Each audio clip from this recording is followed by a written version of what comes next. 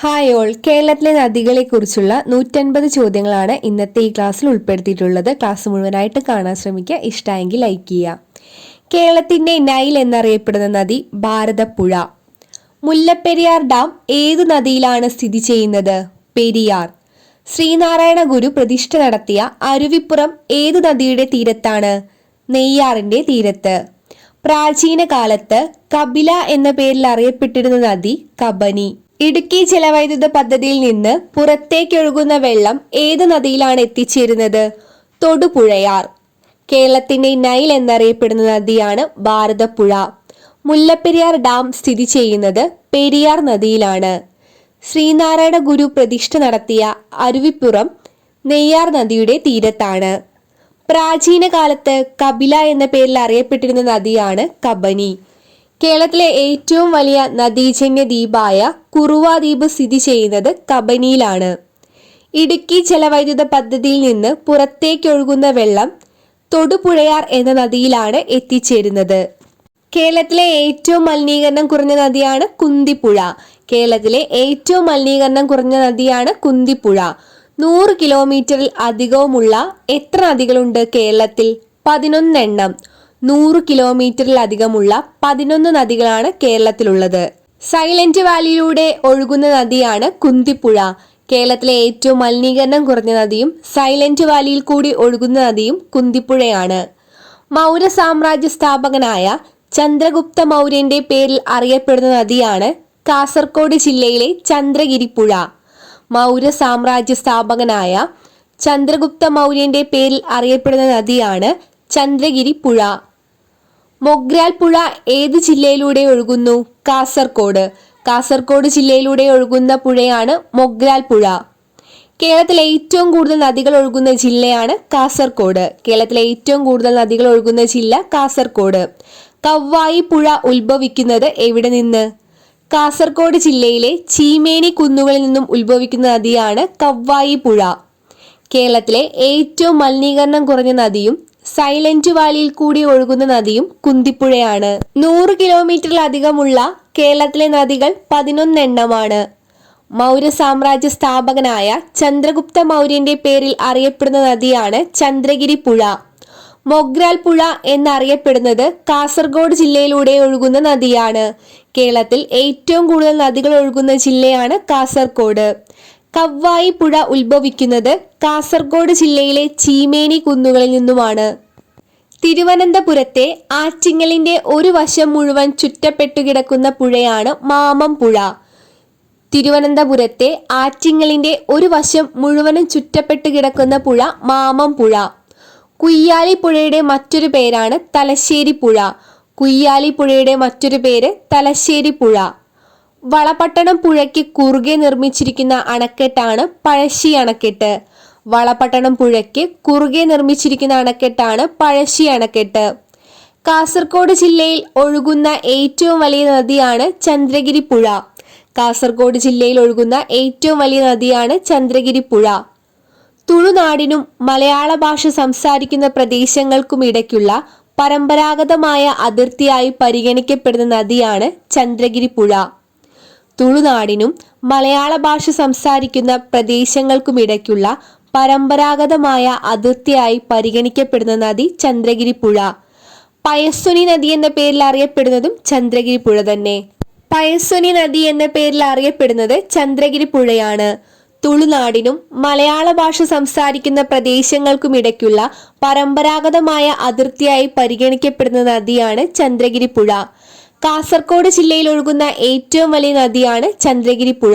വളപട്ടണം പുഴയ്ക്ക് കുറുകെ നിർമ്മിച്ചിരിക്കുന്ന അണക്കെട്ടാണ് പഴശ്ശി അണക്കെട്ട്. കുയ്യാലി പുഴയുടെ മറ്റൊരു പേരാണ് തലശ്ശേരി പുഴ.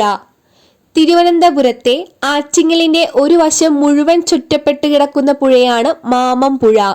ഉത്ഭവസ്ഥാനത്ത് പുല്ലുകയാർ എന്ന പേരിൽ അറിയപ്പെടുന്ന നദിയാണ് മണിമലയാർ. ഉത്ഭവസ്ഥാനത്ത് പുല്ലുകയാർ എന്ന പേരിൽ അറിയപ്പെടുന്ന നദി മണിമലയാർ. കേരളത്തിലെ മൂന്നാമത്തെ നീളം കൂടിയ നദിയാണ് പമ്പാ നദി. പമ്പാ നദിയുടെ നീളം 76 കിലോമീറ്റർ. കേരളത്തിലെ മൂന്നാമത്തെ നീളം കൂടിയ നദിയാണ് പമ്പാ നദി. പമ്പാ നദിയുടെ നീളം 76 കിലോമീറ്റർ ആണ്. പമ്പാ നദിയുടെ ഉത്ഭവം എവിടെയാണ്? പീരുമേട്ടിലെ പുളിച്ചിമലയിൽ നിന്നാണ് പമ്പാ നദി ഉത്ഭവിക്കുന്നത്. തിരുവിതാംകൂറിന്റെ ജീവനാഡി എന്നറിയപ്പെടുന്ന നദിയാണ് പമ്പ. പമ്പയുടെ ദാനം എന്നറിയപ്പെടുന്ന കേരളത്തിലെ പ്രദേശമാണ് കുട്ടനാട്. തിരുവിതാംകൂറിന്റെ ജീവനാഡി എന്നറിയപ്പെടുന്ന നദി പമ്പ.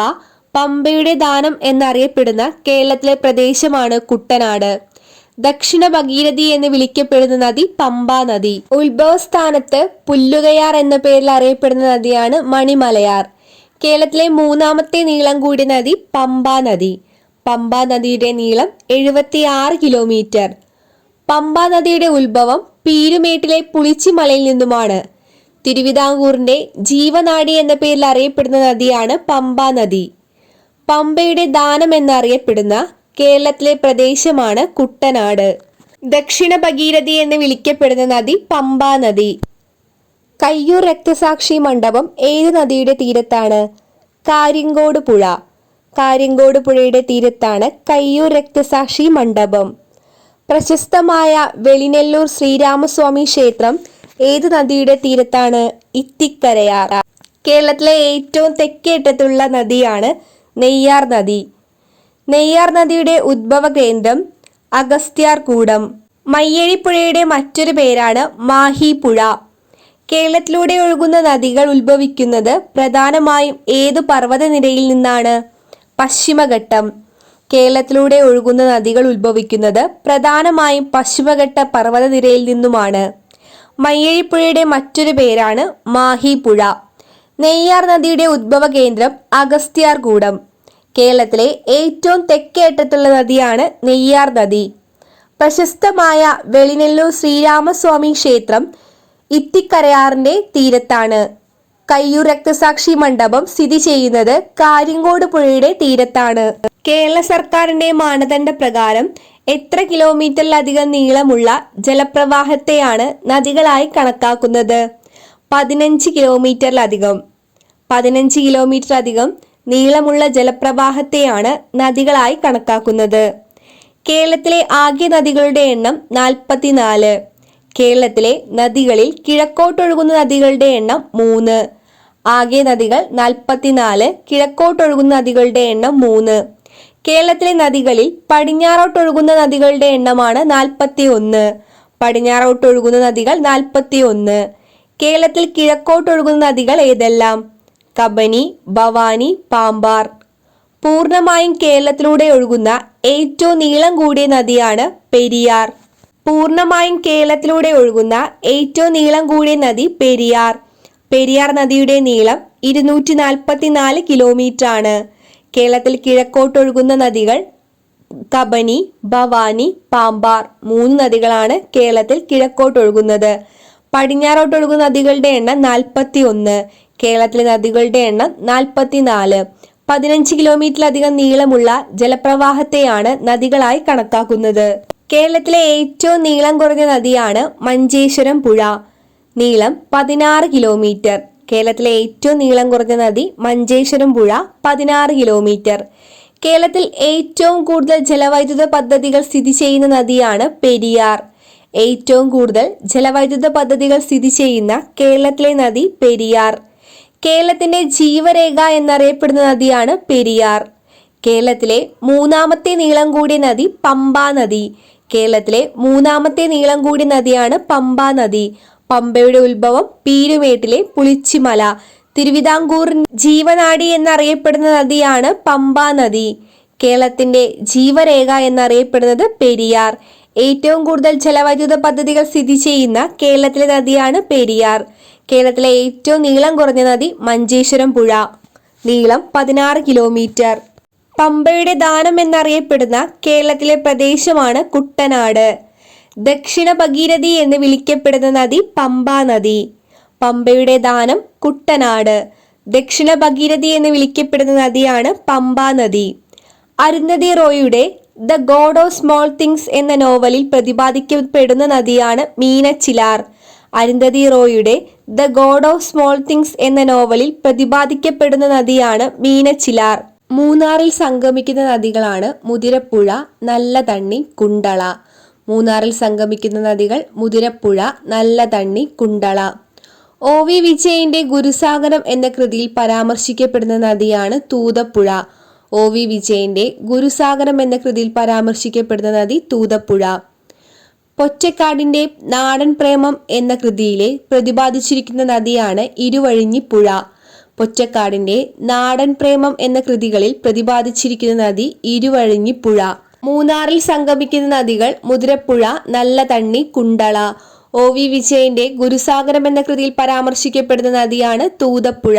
SK പൊറ്റക്കാടിന്റെ നാടൻ പ്രേമം എന്ന കൃതിയിൽ പ്രതിപാദിച്ചിരിക്കുന്ന നദിയാണ് ഇരുവഴിഞ്ഞിപ്പുഴ. ആദിശങ്കരന്റെ ജന്മം കൊണ്ട് പ്രസിദ്ധമായ കാലടി ഏത് നദിയുടെ തീരത്താണ്? പെരിയാർ. ലർമ ബിജു എന്ന ഞണ്ടുകൾ കാണപ്പെടുന്ന ഏക നദി ചിത്താരിപ്പുഴ. ലർമ ബിജു എന്ന ഞണ്ടുകൾ കാണപ്പെടുന്ന ഏക നദിയാണ് ചിത്താരിപ്പുഴ. തടി വ്യവസായമായ കല്ലായി സ്ഥിതി ചെയ്യുന്നത് ഏതു പുഴയുടെ തീരത്താണ്?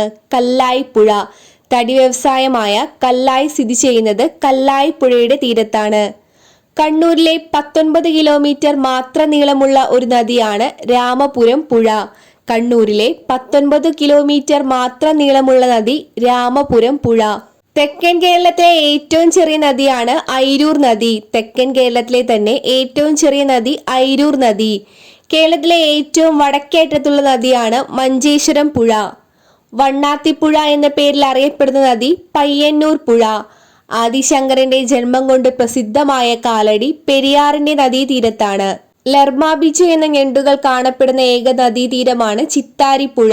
തടി വ്യവസായമായ കല്ലായി സ്ഥിതി ചെയ്യുന്ന പുഴയുടെ തീരമാണ് കല്ലായി പുഴ. കണ്ണൂരിലെ 19 കിലോമീറ്റർ മാത്രം നീളമുള്ള ഒരു നദിയാണ് രാമപുരം പുഴ. തെക്കൻ കേരളത്തിലെ ഏറ്റവും ചെറിയ നദി എന്നറിയപ്പെടുന്നത് ഐരൂർ നദി. കേരളത്തിലെ ഏറ്റവും വടക്കേറ്റത്തുള്ള നദിയാണ് മഞ്ചേശ്വരം പുഴ. കേരളത്തിലെ ഏറ്റവും വടക്കേറ്റത്തുള്ള നദി മഞ്ചേശ്വരം പുഴ. വണ്ണാത്തിപ്പുഴ എന്ന പേരിൽ അറിയപ്പെടുന്ന നദിയാണ് പയ്യന്നൂർ പുഴ. വണ്ണാത്തിപ്പുഴ എന്ന പേരിൽ അറിയപ്പെടുന്ന നദി പയ്യന്നൂർ പുഴ.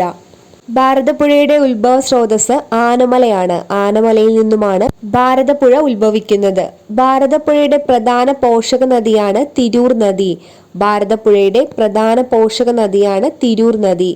ഭാരതപ്പുഴയ്ക്ക് ശോകനാശിനി എന്ന് പേരിട്ടത് മലയാളത്തിലെ ഏത് കവിയാണ്? എഴുത്തച്ഛൻ. എഴുത്തച്ഛനാണ് ഭാരതപ്പുഴയ്ക്ക് ശോകനാശിനി എന്ന പേരിട്ടത്. മാമാങ്കം ഏത് നദിയുടെ തീരത്തായിരുന്നു നടന്നിരുന്നത്? ഭാരതപ്പുഴ. ഭാരതപ്പുഴയുടെ തീരത്ത് വെച്ച് നടന്നിരുന്നത് മാമാങ്കമാണ്. 3 പുഴകൾ സംഗമിച്ചുണ്ടാകുന്ന നദിയാണ് മൂവാറ്റുപുഴയാർ. അവ ഏതൊക്കെ? കോതയാർ, കാളിയാർ, തൊടുപുഴയാർ. കോതയാർ, കാളിയാർ, തൊടുപുഴയാർ എന്നീ 3 പുഴകൾ സംഗമിച്ചുണ്ടാകുന്ന നദിയാണ് മൂവാറ്റുപുഴയാർ. പെരിയാറിന്റെ ഒരു പോഷക നദിയാണ് മുല്ലയാർ. പെരിയാറിന്റെ പോഷക നദി മുല്ലയാർ. മുല്ലയാറിന്റെ ഉത്ഭവസ്ഥാനമാണ് കൊട്ടമല, കൊടുമുടി. മുല്ലയാറിന്റെ ഉത്ഭവസ്ഥാനം കൊട്ടമല, കൊടുമുടി. കണ്ണൂർ ജില്ലയിലെ ഏറ്റവും വീതി കൂടിയ പുഴയാണ് വളപട്ടണം പുഴ. കണ്ണൂർ ജില്ലയിലെ ഏറ്റവും വീതി കൂടിയ പുഴ വളപട്ടണം പുഴ. കക്കയം ഡാം സ്ഥിതി ചെയ്യുന്ന നദിയാണ് കുറ്റ്യാടിപ്പുഴ. കക്കയം ഡാം സ്ഥിതി ചെയ്യുന്നത് കുറ്റ്യാടിപ്പുഴ. കരമനയാർ ഏത് ജില്ലയിലൂടെ ഒഴുകുന്നു? തിരുവനന്തപുരം. തിരുവനന്തപുരം ജില്ലയിലൂടെ ഒഴുകുന്ന നദിയാണ് കരമനയാർ.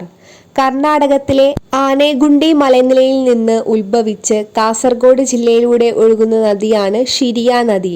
കർണാടകയിലെ ആനേഗുണ്ടി മലനിരയിൽ ഉത്ഭവിച്ച് കാസർഗോഡ് ജില്ലയിലൂടെ ഒഴുകുന്ന നദിയാണ് ഷിരിയ നദി. തേജസ്വനി പുഴ എന്നറിയപ്പെടുന്നത് കാര്യങ്കോട് പുഴയാണ്. തേജസ്വനി പുഴ, കാര്യങ്കോട് പുഴ. കർണാടകത്തിലെ കൂർഗ് വനത്തിനുള്ളിലെ മലനിരകളിൽ ഉത്ഭവിക്കുന്ന നദിയാണ് കാര്യങ്കോട് പുഴ. തേജസ്വനി പുഴ എന്ന പേരിൽ അറിയപ്പെടുന്നതും കർണാടകത്തിലെ കൂർഗ് വനത്തിനുള്ളിലെ മലനിരകളിൽ നിന്നും ഉത്ഭവിക്കുന്ന നദിയും കാര്യങ്കോട് പുഴയാണ്. മാച്ചെട്ടുമലയിൽ നിന്നും ഉത്ഭവിക്കുന്ന നദി കേച്ചേരി പുഴ. മാച്ചെട്ടുമലയിൽ നിന്നും ഉത്ഭവിക്കുന്ന നദിയാണ് കേച്ചേരി പുഴ. കണ്ണൂർ ജില്ലയിലെ കുറ്റിമലയുടെ താഴ്വാരങ്ങളിൽ നിന്ന് ഉത്ഭവിക്കുന്ന നദി അഞ്ചരക്കണ്ടിപ്പുഴ. കണ്ണൂർ ജില്ലയിലെ കുറ്റിമലയുടെ താഴ്വരയിൽ നിന്നും ഉത്ഭവിക്കുന്ന നദിയാണ് അഞ്ചരക്കണ്ടിപ്പുഴ. കാസർഗോഡ് ജില്ലയിലെ പശ്ചിമഘട്ടത്തിൽ നിന്ന് ഉത്ഭവിക്കുന്ന ഒരു പുഴയാണ് നീലേശ്വരം പുഴ. കാസർഗോഡ് ജില്ലയിലെ പശ്ചിമഘട്ടത്തിൽ നിന്ന് ഉത്ഭവിക്കുന്ന പുഴ നീലേശ്വരം പുഴ. കൊടുമണിയിലെ കളരിത്തറക്കുന്ന് എന്ന പ്രദേശത്തു നിന്നും ഉത്ഭവിക്കുന്ന നദിയാണ് പള്ളിക്കൽ പുഴ. ഓർത്തുവെക്കണം, കൊടുമണിയിലെ കളരിത്തറക്കുന്ന് എന്ന പ്രദേശത്തു നിന്നും ഉത്ഭവിക്കുന്ന നദിയാണ് പള്ളിക്കൽ പുഴ. ഏലത്തൂർ പുഴ എന്നറിയപ്പെടുന്ന നദിയാണ് കോരപ്പുഴ. കോരപ്പുഴയുടെ മറ്റൊരു പേരാണ് ഏലത്തൂർ പുഴ. കേരളത്തിലെ കിഴക്കോട്ടൊഴുകുന്ന 3 നദികളിൽ ഏറ്റവും വടക്കേറ്റത്തുള്ള നദിയാണ് കബനി നദി. കേരളത്തിലെ കിഴക്കോട്ടൊഴുകുന്ന 3 നദികളിൽ ഏറ്റവും വലുതും വടക്കേറ്റത്തുള്ള നദിയും കബനി നദിയാണ്. കേരളത്തിൽ നിന്ന് ഉത്ഭവിച്ച് തമിഴ്നാട്ടിലേക്ക് ഒഴുകുന്ന ഒരു നദിയാണ് ഭവാനിപ്പുഴ. ശിരുവാണി നദി ഏത് നദിയുടെ പോഷക നദിയാണ്? ഭവാനിപ്പുഴ. ഭവാനിപ്പുഴയുടെ പോഷക നദിയാണ് ശിരുവാണി നദി. പാമ്പാർ നദിയുടെ ഉത്ഭവസ്ഥാനം എവിടെ നിന്ന്? ഇടുക്കി ജില്ലയിലെ ദേവികുളത്ത് നിന്നാണ് പാമ്പാർ നദി ഉത്ഭവിക്കുന്നത്. തൂവാനം വെള്ളച്ചാട്ടം ഏത് നദിയിലാണ് സ്ഥിതി ചെയ്യുന്നത്? പാമ്പാർ നദി. പാമ്പാർ നദിയിലാണ് തൂവാനം വെള്ളച്ചാട്ടം സ്ഥിതി ചെയ്യുന്നത്. കാസർഗോഡ് പട്ടണത്തെ യു ആകൃതിയിൽ ചുറ്റിയൊഴുകുന്ന നദിയാണ് ചന്ദ്രഗിരി പുഴ. കാസർഗോഡ് പട്ടണത്തെ യു ആകൃതിയിൽ ചുറ്റിയൊഴുകുന്ന നദി ചന്ദ്രഗിരി പുഴ. കാസർഗോഡ് ജില്ലയിൽ ഒഴുകുന്ന പ്രധാന നദികളാണ് ചന്ദ്രഗിരി പുഴ, മഞ്ചേശ്വരം നദി, ഉപ്പള, കവ്വായി നദി എന്നിവ. കാസർഗോഡ് ജില്ലയിലൂടെ ഒഴുകുന്ന പ്രധാന നദികളാണ് ചന്ദ്രഗിരി പുഴ, മഞ്ചേശ്വരം നദി, ഉപ്പള, കവ്വായി നദി എന്നിവ. മരക്കുന്നം ദ്വീപ് സ്ഥിതി ചെയ്യുന്ന നദീതീരമാണ് നെയ്യാർ. മരക്കുന്നം ദ്വീപ് സ്ഥിതി ചെയ്യുന്ന നദീതീരം നെയ്യാർ. കേരളത്തിൽ പ്രകൃതിയാലുള്ള ഏക ഓക്സ്ബോ തടാകമാണ് വെന്തല തടാകം. ഈ വെന്തല തടാകം സ്ഥിതി ചെയ്യുന്ന നദിയാണ് ചാലക്കുടി പുഴ. കേരളത്തിലെ പ്രകൃതിയാലുള്ള ഏക ഓക്സ്ബോ തടാകമാണ് വെന്തല തടാകം. ഇത് സ്ഥിതി ചെയ്യുന്ന നദി ചാലക്കുടി പുഴ. പ്രസിദ്ധമായ വെള്ളച്ചാട്ടങ്ങളായ ആതിരപ്പള്ളി, വാഴാച്ചാൽ വെള്ളച്ചാട്ടം സ്ഥിതി ചെയ്യുന്നത് ചാലക്കുടി പുഴയിലാണ്. പ്രസിദ്ധ വെള്ളച്ചാട്ടങ്ങളായ ആതിരപ്പള്ളി, വാഴാച്ചാൽ എന്നിവ സ്ഥിതി ചെയ്യുന്നത് ചാലക്കുടി നദിയിലാണ്. ഷോളയാർ ജലവൈദ്യുത പദ്ധതി സ്ഥാപിക്കപ്പെട്ടത് ചാലക്കുടി പുഴ. ഷോളയാർ ജലവൈദ്യുത പദ്ധതി സ്ഥാപിക്കപ്പെട്ടത് ചാലക്കുടി പുഴയിലാണ്. വിയ്യൂർ പുഴ എന്ന പേരിൽ അറിയപ്പെടുന്ന നദിയാണ് താണിക്കുടം പുഴ. വിയ്യൂർ പുഴ എന്ന പേരിൽ അറിയപ്പെടുന്ന നദി താണിക്കുടം പുഴ. പ്രാചീന കാലത്ത് ഭാരതപ്പുഴ അറിയപ്പെട്ടത് ഏത് പേരിലാണ്? പേരാർ. പേരാർ എന്ന പേരിൽ പ്രാചീന കാലത്ത് അറിയപ്പെട്ട നദിയാണ് ഭാരതപ്പുഴ. ഭാരതപ്പുഴയുടെ അഴിമുഖത്ത് സ്ഥിതി ചെയ്യുന്ന മത്സ്യബന്ധന തുറമുഖമാണ് പൊന്നാനി തുറമുഖം. നെയ്യാറിന്റെ ഉത്ഭവസ്ഥാനം അഗസ്ത്യമല. നെയ്യാറിന്റെ ഉത്ഭവസ്ഥാനം അഗസ്ത്യമലയാണ്. ചാലക്കുടി പുഴയിൽ സ്ഥിതി ചെയ്യുന്ന മറ്റൊരു വെള്ളച്ചാട്ടമാണ് വാഴാച്ചാൽ. ആതിരപ്പള്ളി, വാഴാച്ചാൽ വെള്ളച്ചാട്ടം സ്ഥിതി ചെയ്യുന്നത് ചാലക്കുടി പുഴയിലാണ്. ചാലക്കുടി പുഴയുടെ മറ്റു പോഷക നദികളാണ് കുരിയാടുകുട്ടി, കാരപ്പാറ. ചാലക്കുടി പുഴയുടെ മറ്റു പോഷക നദികളാണ് കുരിയാടുകുട്ടി, കാരപ്പാറ. കേരളത്തിലെ ഏറ്റവും വലിയ വെള്ളച്ചാട്ടമായ ആതിരപ്പള്ളി ഏത് പുഴയിലാണ്? ചാലക്കുടി പുഴ. ജൈവ വൈവിധ്യം ഏറ്റവും കൂടുതലുള്ള നദിയാണ് ചാലക്കുടി പുഴ. ഓർത്തു വയ്ക്കണം, ജൈവ വൈവിധ്യം ഏറ്റവും കൂടുതലുള്ള നദി ചാലക്കുടി പുഴ.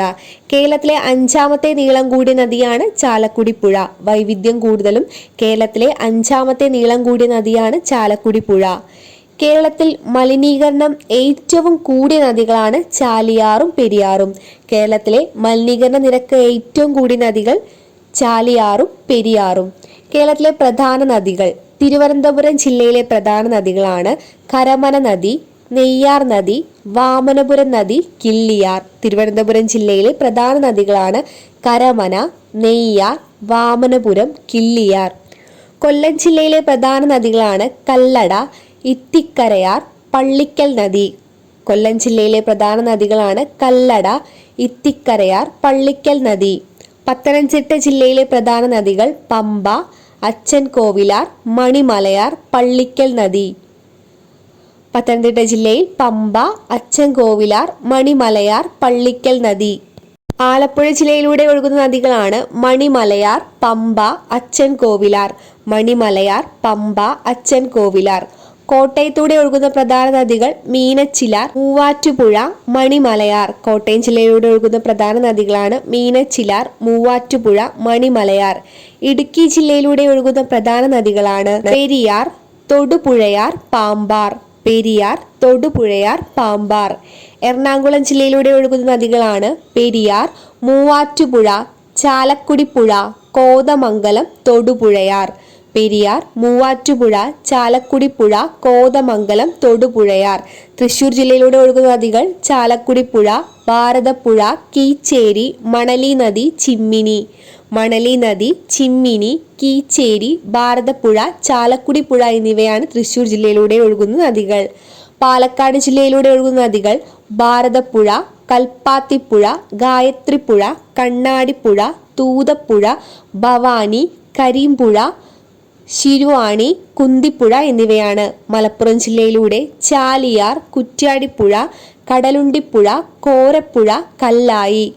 വയനാട് ജില്ലയിലൂടെ ഒഴുകുന്ന നദികളാണ് കബനി, പനമരം നദി, മാനന്തവാടിപ്പുഴ. കബനി, പനമരം നദി, മാനന്തവാടിപ്പുഴ എന്നിവയാണ് വയനാട് ജില്ലയിലൂടെ ഒഴുകുന്ന പ്രധാന നദികൾ.